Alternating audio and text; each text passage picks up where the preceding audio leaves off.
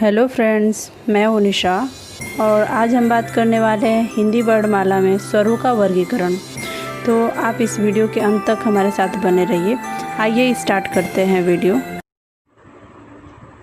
Hello friends, आज हम बात करेंगे हिंदी स्वरों का वर्गीकरण।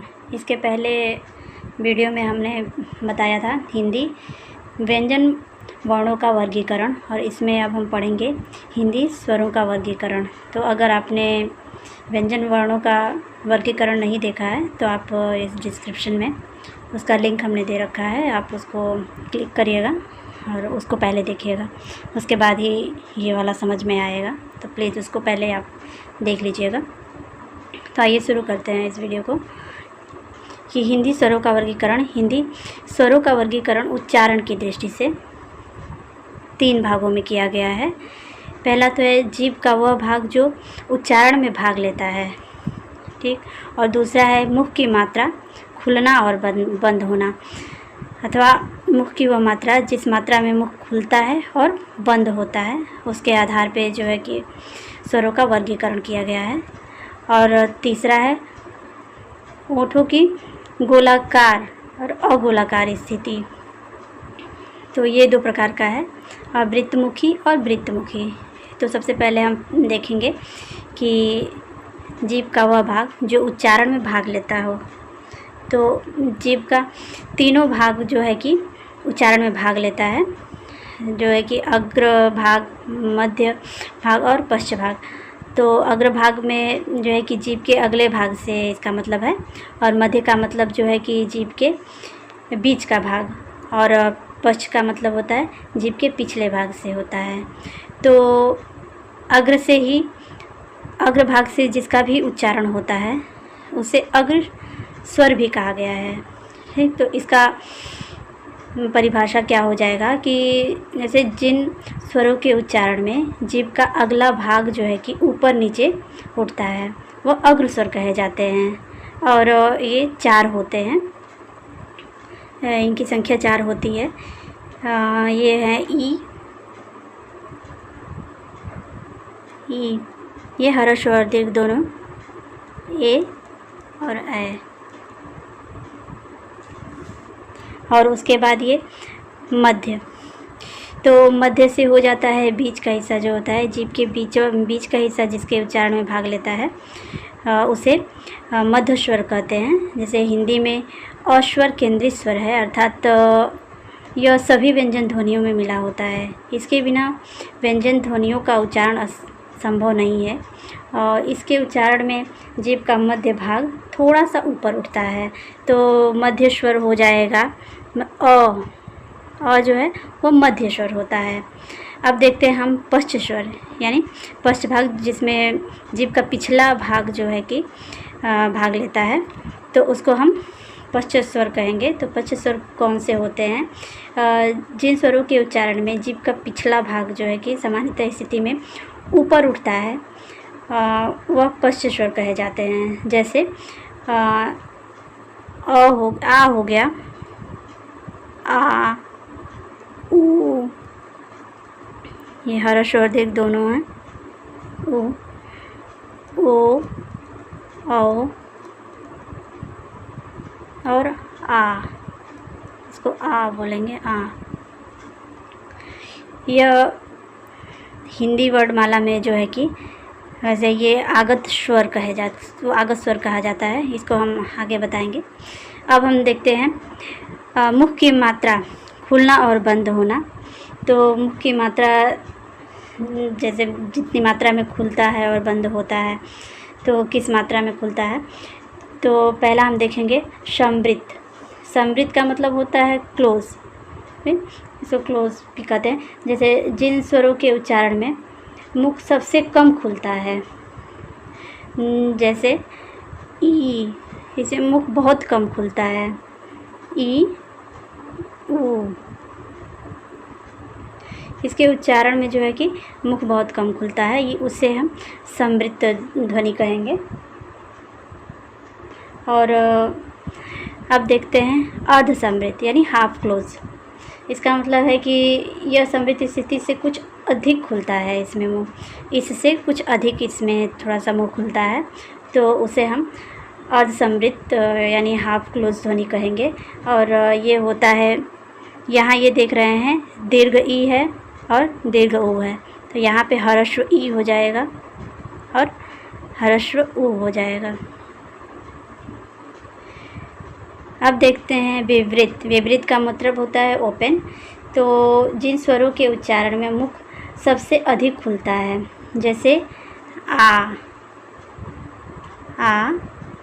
ए,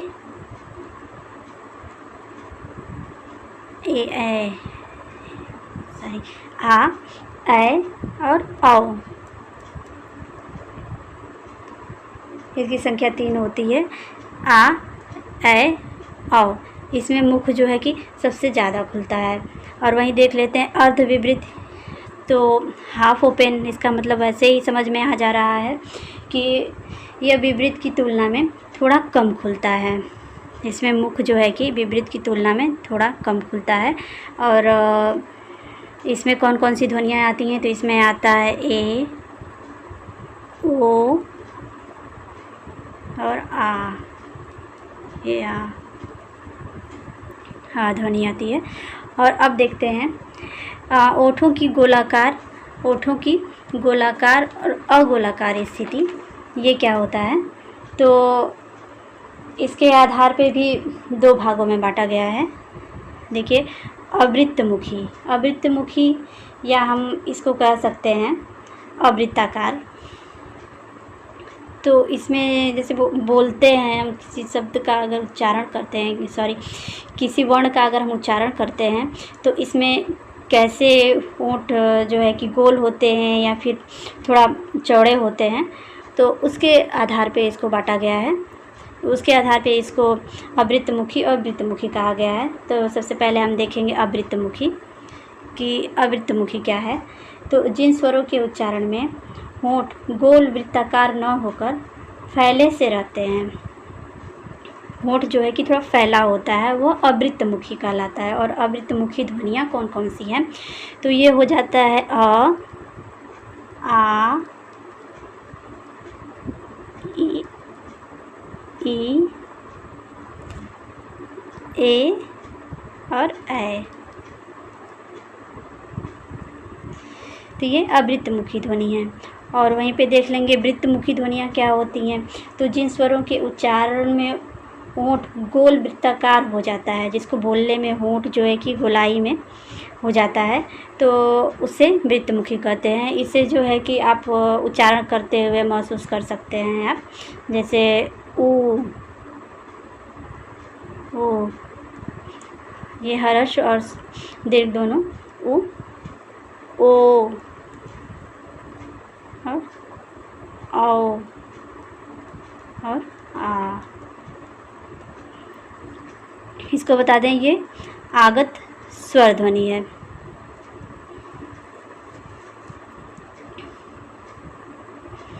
अब यहाँ पे हम देखेंगे, अगर इन सबको अगर एक थोड़ा सा आपको समझने में कठिनाई हो रही हो ऐसे अगर, तो आप इस चार्ट के माध्यम से अच्छे तरीके से समझ पाएंगे। तो एक बार इसको देख लीजिए आप लोग कि जीभ को जो है कि उच्चारण के आधार पे 3 भागों में बांटा गया है। तो 3 भागों में अग्र, मध्य और पश्च बांटा गया है 3 भागों में। तो इसको अग्र स्वर, मध्य स्वर और पश्च स्वर भी बोलते हैं, ठीक, उच्चारण की दृष्टि से। इसे अग्र, मध्य और पश्च को अग्र स्वर, मध्य स्वर और पश्च स्वर भी कहेंगे। तो इसमें अग्र स्वर कौन कौन से होते हैं, इसको हम देख लेंगे। तो पहले तो इसी में हम मुख की मात्रा खुलना और बंद होना, यानी उसके आधार पे ये समृद्ध, अर्ध समृद्ध, अर्धविवृत और विवृत को भी देखेंगे, ठीक। तो हम पहले देखते हैं समृद्ध ध्वनियाँ कौन सी हैं, ऐसे समझ में आ जाएगा आपको। पहले हम समृद्ध ध्वनियाँ जितनी हैं उसको लिखेंगे। समृद्ध ध्वनि होती है दीर्घ ई और ऊ, ये समृद्ध ध्वनि हो गई। और अर्ध समृद्ध ध्वनियाँ कौन सी हैं, ई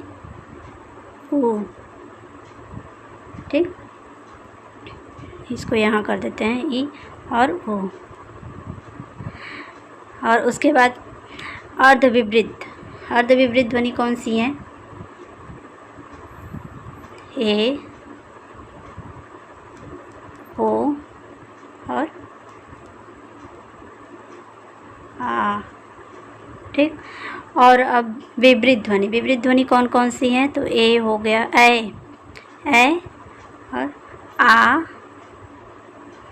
ओ। और ये मध्य ध्वनि कौन सी है? तो मध्य ध्वनि होती है अ।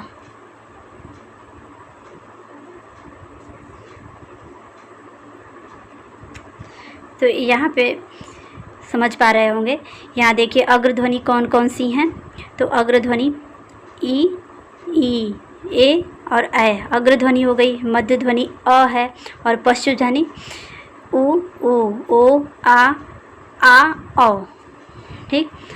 और ऐसे देख लेंगे कि समृद्ध ध्वनियाँ कौन कौन सी हैं? तो समृद्ध ध्वनि ई और उ, और अर्ध समृद्ध ध्वनि ई और उ।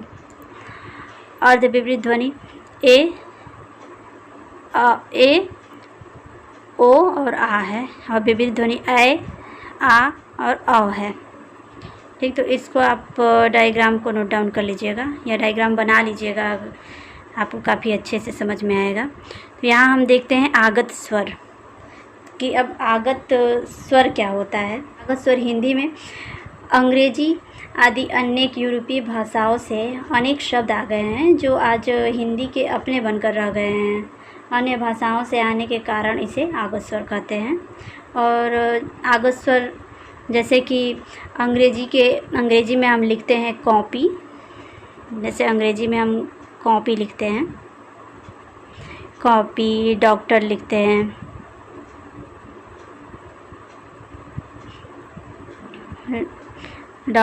हैं, कॉफ़ी लिखते हैं। तो आदि इन सभी में जो कॉपी लिखते हैं, कॉपी, डॉक्टर, कॉफ़ी, तो इन सबों की जो वो ध्वनि है ओ, तो यह न तो हिंदी की ओ ध्वनि है न औ ध्वनि है। इनका उच्चारण इन दोनों के मध्य ही कहीं होता है। ये तो ना हिंदी के ओ है और ना ही औ है, इसका उच्चारण इन्हीं दोनों के मध्य से होता है, तो इसको आ कह दिया गया है। ठीक। मानक भाषा में, हिंदी के मानक भाषा वर्तनी के अनुसार इसे आगत शब्दों में, हिंदी शब्दों में इसे आ ध्वनि का नाम दे दिया गया है। तो इसके लिए इसे आ स्वर से लिखा जाना चाहिए। तो इसके लिए ये वर्ण बनता है आ, जिसके ऊपर ये चिन्ह लगा होता है। तो ये हिंदी में आगत स्वर है। आगत स्वर केवल एक ही है, आ जिसको बोलते हैं। जैसे अगर हिंदी में लिखा जाए डॉक्टर, तो इसका उच्चारण डॉक्टर न होके डॉक्टर बोला जाता है, ये शुद्ध शब्द है। ठीक। जैसे डॉक्टर हो गया, फिर ये शॉप ना हो के ये शॉप पढ़ा जाता है।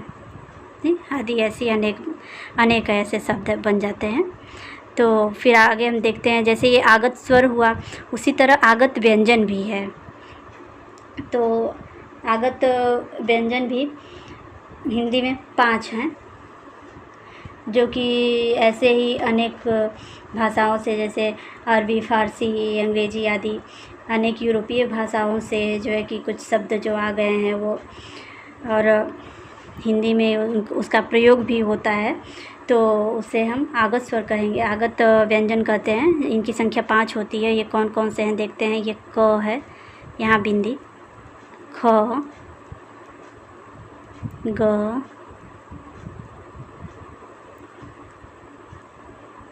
ज और फ। तो इनका उच्चारण जो होता है क्रमशः क, ख, ग, ज और फ है। अब यहाँ देखते हैं संयुक्त व्यंजन। तो संयुक्त का मतलब होता है जुड़ा हुआ, अर्थात जहाँ 2 या 2 से अधिक व्यंजनों का योग हो वहाँ संयुक्त व्यंजन होता है। जैसे संयुक्त व्यंजनों की संख्या तो 4 होती है इन वर्णमाला में, जो क्रमशः हैं छ, त्र, ज्ञ और श्र ध्वनि है। तो जैसे कि हमने पिछली वीडियो में भी बताया था कि छ ध्वनि किससे बना है, तो क प्लस स से बना है छ, त प्लस र से बना है त्र, ज प्लस ञ से बना है ज्ञ और तालव्य स प्लस र से बना है स्र। ठीक, तो इसके आधार पे जो है कि संयुक्त व्यंजनों को व्यंजन गुच्छ भी कहते हैं, इसे व्यंजन गुच्छ भी कहते हैं। इसकी पहचान यह है कि यह एक से अधिक व्यंजन एक साथ आकर गुच्छ हो जाते हैं, यानी एक से अधिक व्यंजन एक साथ आकर गुच्छ हो जाते हैं तथा इन व्यंजनों के माध्यम से कोई स्वर नहीं आता है। इन व्यंजनों के मध्य में कोई स्वर नहीं आता है। जैसे कि हम लिखते हैं सप्ताह, लिखते हैं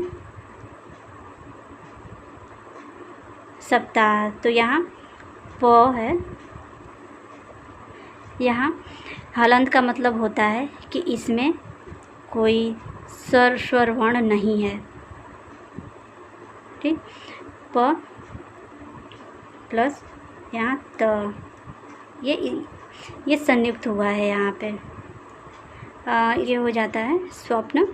और इसी तरीके से हम देखते हैं स्त्री जैसे लिखते हैं, तो इसमें कहीं भी देखिए जो है कि इसमें कहीं भी व्यंजन इसमें स्वर वर्ण का प्रयोग नहीं हुआ है, कहीं भी स्वर नहीं है, क्योंकि सबसे इसका मतलब होता है कि इसमें स्वर वर्ण नहीं है।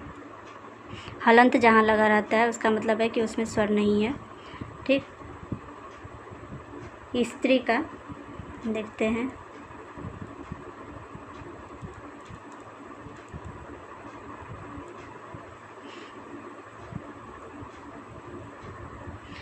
त्र बनता है, ये त प्लस र से बनता है त्र, और यहाँ आधा श है, तो जिसको इस तरीके से लिखा जाता है, हलंत लगा है, इसका मतलब कि ये आधा है।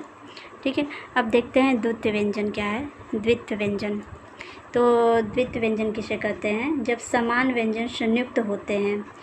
जब समान व्यंजन संयुक्त का मतलब होता है जब जुड़ते हैं, समान व्यंजन जो है कि जब संयुक्त होते हैं तब वे द्वितीय व्यंजन कहे जाते हैं। जब समान व्यंजन संयुक्त होते हैं,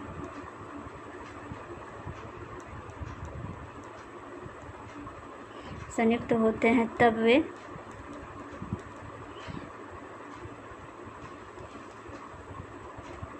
द्वित्व कहे जाते हैं।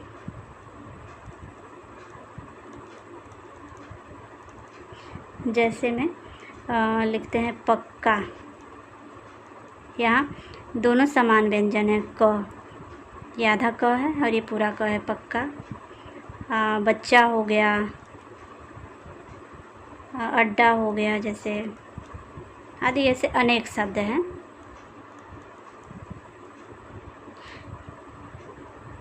ऐसे अनेक शब्द हैं जो द्वितीय व्यंजन कहे जाते हैं। तो फ्रेंड्स, आपको यह वीडियो कैसा लग रहा है हमको कमेंट करके प्लीज़ हमें कमेंट करके बताइए, और वीडियो को ज़्यादा से ज़्यादा लाइक करिए एंड वीडियो को शेयर करिए।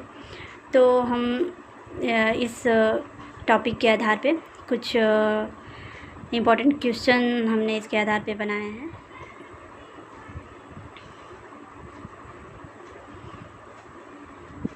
तो ये देखते हैं, पहला क्वेश्चन है कि जीभ का कौन सा भाग उच्चारण में भाग लेता है।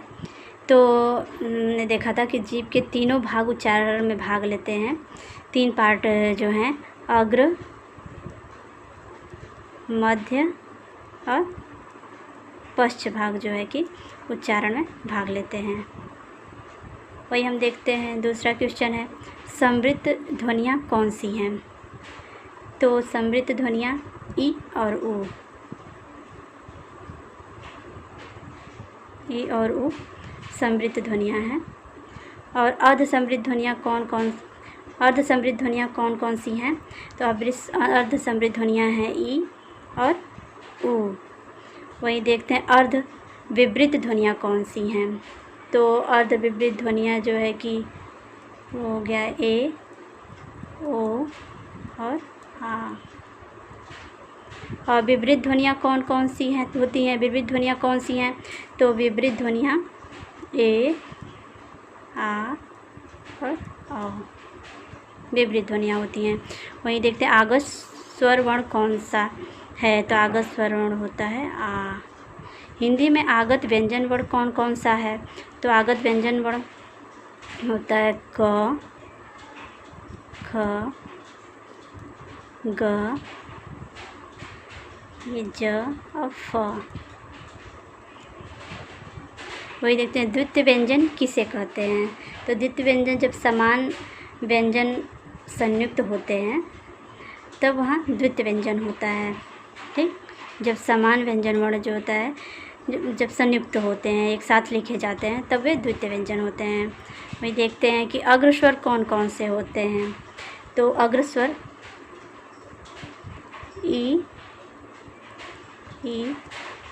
ए और ऐ। ठीक, और मध्यस्वर ध्वनियाँ कौन कौन सी हैं? तो मध्यस्वर ध्वनि बस एक होता है अ। जैसे पश्च स्वर ध्वनियाँ कौन कौन से हैं? तो पश्च स्वर ध्वनियाँ जो है कि वो उ, ओ,